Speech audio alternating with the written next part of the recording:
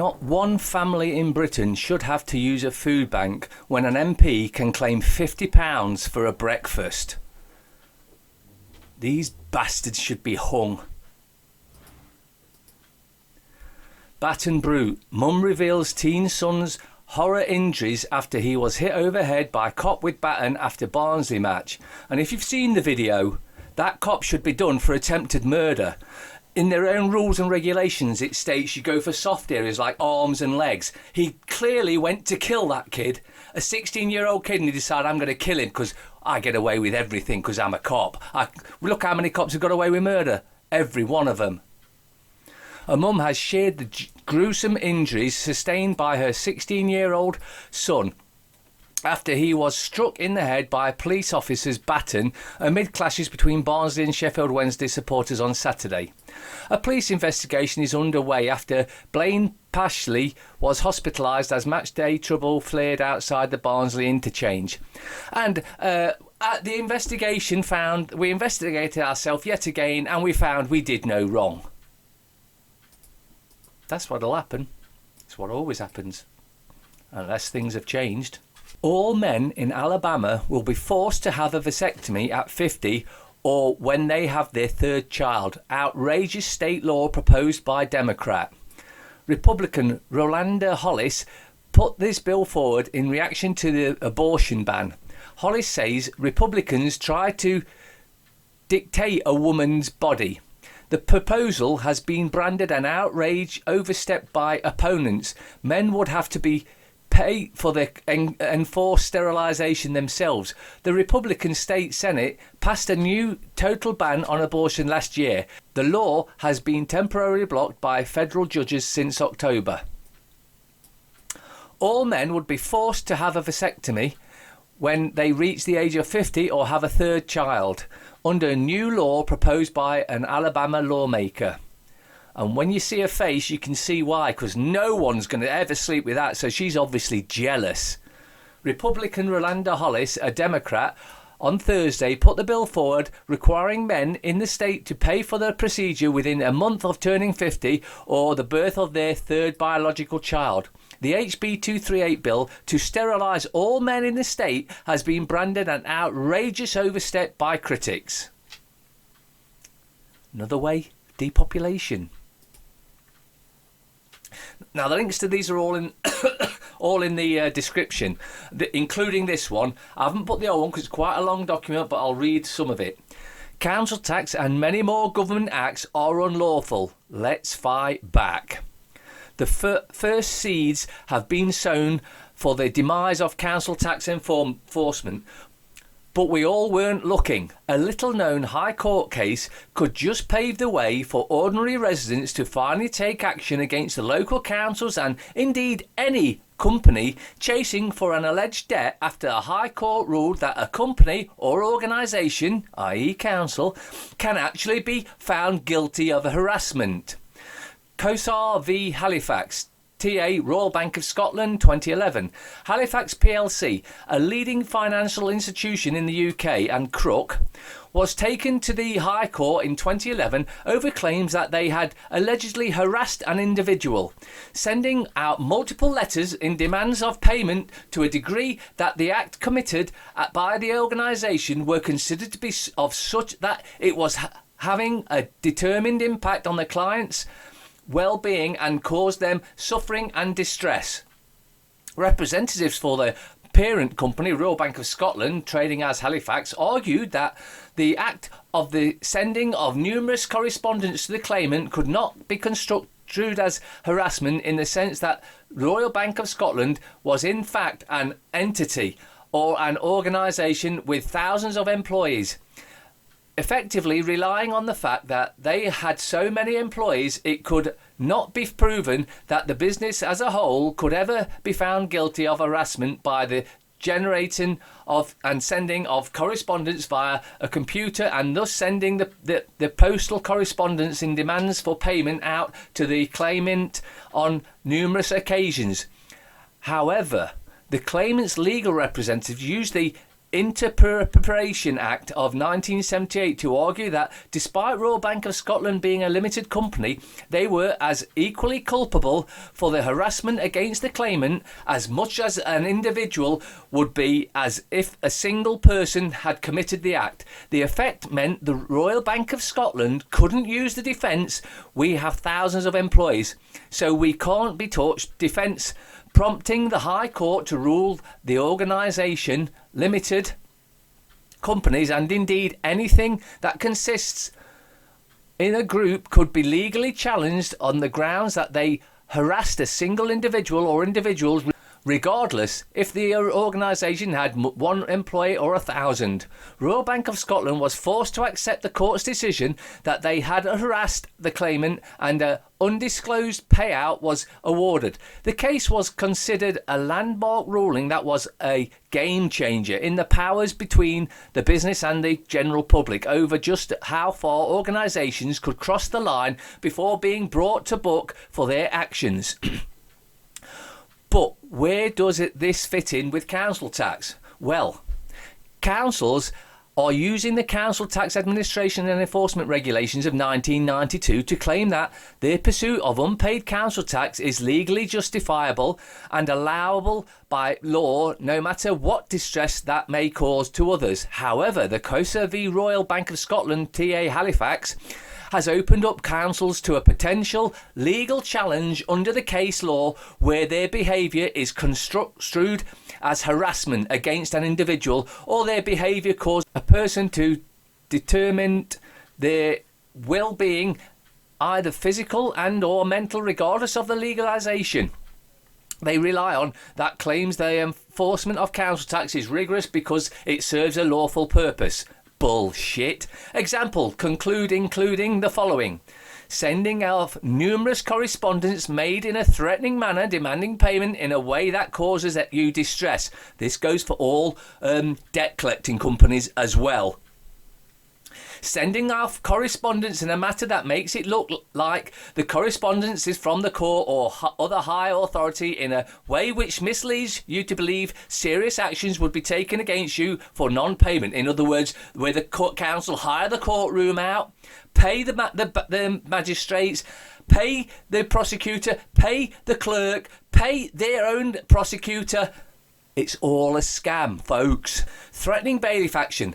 Then, where no application has been made to the courts to enforce any debts they claim are owed. In other words, councils again, because they use private bailiffs without any court warrants. And don't give me this liability order because they manufacture that themselves in a private hearing, which isn't a court and therefore is fraud. Multiple applications made by the Magistrates Court for the application of a liability order, whereupon your attendance, those cases are presented without your ability to examine their evidence or are able to seek cross-examination of the complaining or making numerous applications to the court where the case present little or no reasonable prospects of success, also known as vexatious litigation, as described under the Civil Procedure Rules, Part 3.4. As I say, there's another 2 or 3 pages to that. Links in description if you want to read the whole article. Is poetic justice coming for the 1%?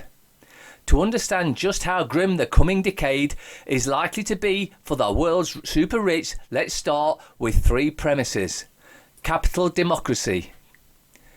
Defined as free individual managing their own property and periodically electing new leaders, is the only system of social organisation that consistent with human nature and is therefore sustainable. Capitalism invariably produces inequality as a few participants through energy, creativity and frequently do extremely well, while the vast majority do okay and a few do very badly. Since the big winners, now commonly known as the 1%, are vastly outnumbered by the rest of the society, they can only keep their exalted position if they convince the 99% to let them be. If the rich fail to make their case, everyone else will simply vote to expropriate the most visible fortunes. If you accept these assertions, it follows that enlightened elites would be all about fostering upward mobility, because when people of the lower rungs of the economic ladder know that by working hard and following the rules they can move their families to the next higher rung is a reasonable amount of time, they focus on their own improving prospects and don't much care if a few billionaires like the princes and kings, the links in description. Is political change coming to China? In contemporary of China, profound political transformation can and has taken place in the absence of the regime change of Western-style democratization, which basically means invasion. The starkest example is the period of reform and opening that began in 78 under Deng Xiaoping change. Although Deng rejected multi-party elections, he fundamentally changed the direction of the Communist Party of China, as well as the disruption of power within it. The coronavirus epidemic that began in Wuhan in December 2019 may ago a similar historic turning point. The outbreak of what is now called COVID-19 represents more than just a passing moment of stress from the CPC. The world should be prepared for what could come next. Normally, a single epidemic, even if mishandled, would not break the Chinese regime. Over the past 4 decades, the CPC has weathered numerous crises, from the 1989 Tiananmen tragedy of the 2002-3 SARS epidemic to the 2008 global financial crash. Some of the regime's critics have long predicted its imminent demise, only to be proven wrong. Before President Xi Jinping, the Chinese style of governance was adapt and decentralized, or what I call direct improvisation. In action, civil society, including muckraking, journalism, expanding rapidly. This time is different. Since coming to power in 2012, Xi has tightened political control at home and projected superpower ambitions abroad. Those policies have unnerved Chinese private investors, alarmed Western powers, and sharpened tensions with the United States, all of which have contributed to broader economic slowdown. Police protect paedophiles within their ranks, and it doesn't matter what country you're in. As I've said all along, they put on this facade that England and Scotland and Ireland and France and Germany and Australia and America and Canada are all separate, but they all speak to each other because they're all in the same club, and they do it for our demise. Same, doesn't matter this is from Australia, same shit happens in this country. A former Victorian police officer has been convicted of raping children during his time on the force. The former officer, whose name has been suppressed to protect identity of his victims, bullshit, has pleaded guilty to 18 offences against 9 children, including his own stepchildren, which were committed between 1967 and 1979. The Blue Shield. The Crown prosecutor told the court that the officer asked one boy, who was under the age of 10, if he would like to see the police station. He took the boy to a room within the station that had been a bed, then raped him. On another occasion, a girl attended the police station for help after losing her mother at a nearby festival. The officer said he would look after her, then took her into the back of a police van and forced her to perform oral sex on him. Other victims included his 3 stepchildren, his children's friends and neighbours. The officer used his uniform to gain the trust of the children he molested. One woman whose son was abused reported the incident to police. Officers visited her home the next day and assured her that the offender would not be in the police force anymore, but that did not occur. It was only later that the organisation forced the officer to resign, but he was never arrested or charged over the offences. He gained employment in the private sector, going on to sexually assault children for at least another 4 years. He is now 66 years old. Monster. The man's stepdaughter, now 45, gave harrowing testimony in court, including her own stepdad held a police revolver to her head while raping her. She wept while remembering how she hoped he would pull the trigger and put her out of her misery. Instead, he forced her to suffer through years of hell and his sick games. Her primary school was no refuge. He would show up in police uniform, in the police car, police revolver, and all the other kids thought he was cool, she told the court. He would take her home while everyone else in the house was away and rape her, before driving her back to school in the police car. She described how, when she was 9, she went to her grandmother due to hemorrhaging. They initially thought she was having her first period. Instead, a doctor advised it was a miscarriage.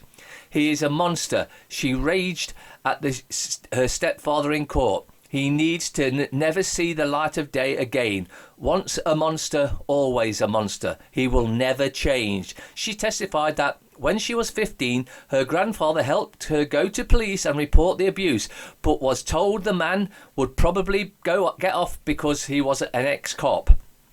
Police began formally investigating the former policeman decades later in 2011, and he was arrested in 2012.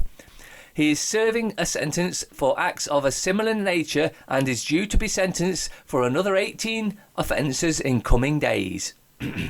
But you see there, the police protected the copper, just like they do in this country, as Mickey Summers will testify to. And when we called up the police and asked to speak to the head of the Paedophile Protection Unit, we were shocked to find there is a Paedophile Protection Unit. The councils are just as guilty, of course. Social services boss told worker she would lose her job if she told inquest about sex and drugs at Beechwood. It came after the death of a child at the home. This is Nottingham City and County Councils, both saying you'll lose your job if you tell about the sexual rape of children in Beechwood homes. An inquiry has heard how a woman who left her job at Nottingham Beechdale Children's Home following the death of a child was later threatened by social service manager over giving evidence at the inquest. Michelle Foster was approached the day before she was due to appear at the inquest and told she would lose her job if she spoke about sex and drug abuse at the home. The Independent Inquiry into Child Sexual Abuse, ICSA, was told today, Thursday. The woman who allegedly made the threat, Assisting Director Margaret McKeshin, and she'll still be in the job, denies saying any such thing. Oh, because that's all they ever do. Miss Foster had been in care as a child, including time at Beechwood, and in 2000 began working as a residential support worker at the home. She said, I felt I knew what the children in there would need. But she only lasted at the home for 2 years.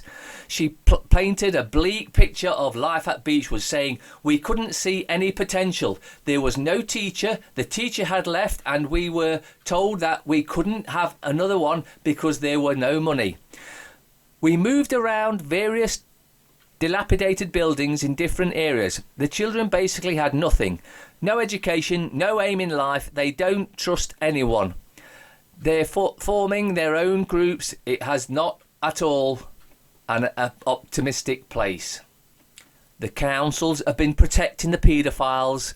The likes of former leader John Collins and the CEO Ian Currier are well-known paedophile protectors, and now Ian Currier has got a job at Northampton, head of children's services. Another paedophile protector put into children's services is an utter disgrace, and it was done by the top of government. Foreign criminals avoiding deportation because of human rights laws have tripled since 2016, the highest level for 5 years. Now, what this is all about, it's to try and get us to go, oh, we'll take the new human rights law away because then we can get rid of them. No, it's not about that. This is what they're trying to tell you it's about. What it's actually about is getting rid of human rights, because under human rights, they're not allowed to kill us, and we're allowed to have a certain amount of, well, supposedly, roof over our head and food and that. But we take the human rights away, they're not, and then they're going to try and destroy us all. That's what this is really about, so don't believe the bullshit that this is in this paper. Jamaican criminals removed from Home Office charter flight earlier this week. Home Office is due to defend against Jamaican deportation legal challenge. Case have nearly tripled since political pressure over abuse of human rights. The number of foreign criminals avoiding deportation on human rights grounds has hit the highest level for 5 years. Cases have nearly tripled since political pressure over abuse of human rights helped force successful claims down to be a record low. It comes amid concerns about legal challenges to block deportations after dozens of Jamaican criminals had to be removed from the Home Office charter flight earlier this week. It's not about that. They want to use them against us. And you've got to feel no sympathy at all, have you, for poor old Prince Andrew, as Prince Andrew brazenly groped girls on balcony of paedophile Jeffrey Epstein's Paradise Island, claims top US lawyer. This is from the 15th of February, so yesterday. Prince Andrew brazenly groped girls while staying at the so-called Pedo Island, home of his friend, convicted child sex offender Jeffrey Epstein, a top prosecutor has claimed. Denise George, Attorney General of the US Virgin Islands, where Andrew has a frequent visitor to Epstein's private island, Little St James, alleged the Duke of York never sought to shield his activity from disgraced financier staff. Miss George, who is taking a legal action against Epstein's $500 million estate to prevent his lawyers from hiding his assets, told Vanity Fair magazine, an employee told me that he saw Prince Andrew on the balcony out at Little St James, groping girls right out in the open. He said he remembered walking up to him and saying, "Good morning, Your Highness." Yeah, well, you're not so high anymore, and you need to end up in jail where you belong. Mirror. TV star Flack dead at 40. Love Island Caroline dies in Valentine tragedy. Lawyer reveals she took own life just before trial for assault on lover. I've got a feeling there's more to this than meets the eye, but, you know, just keep that in mind. The People. Caroline Fleck, 79 to 20. Love Island star takes her own life at age just 40. Or was she suicided? Utter waste of paper. Armageddon. 2 dead as Storm Dennis wreaks havoc. Caroline takes her own life. TV star Flack dead at 14. Because they're saying it was taking her own life and suicide and all that, all of them, there's going to be more to this than meets the eye. Express. Parasite alert. Working mum Kate's parents guilt. But cutie Charlotte's always her little flower. Lying bitch, you've never done a day's work in your life. TV star Caroline dead at 40. Don't believe that it was as simple as they say. The Fail. Shock and grief for Caroline Flack, the troubled romantic who never did find true love. Kate my struggle against mum guilt. Shut piss off. Telegraph.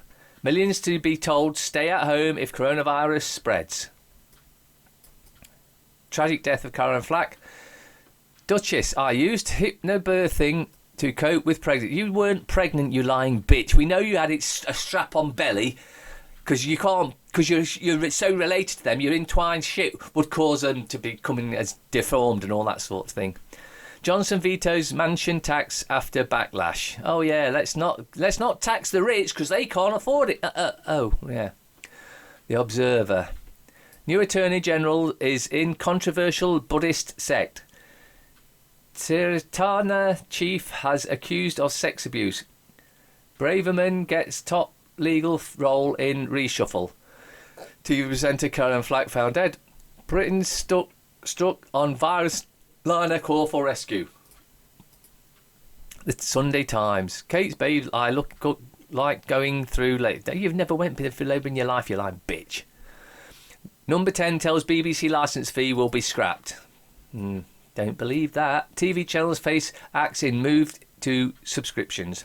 Hospitals prepare for epidemic to sweep Britain. Yeah, let's ramp up their fear. And finally, I love this post. I changed all my passwords to incorrect, so whenever I forget it, it will tell me your password is incorrect. Luke, I am your father. No! Hope this makes my internet faster. And then the teacher said, you may take notes. 20 years later, all of these things fits in your pocket.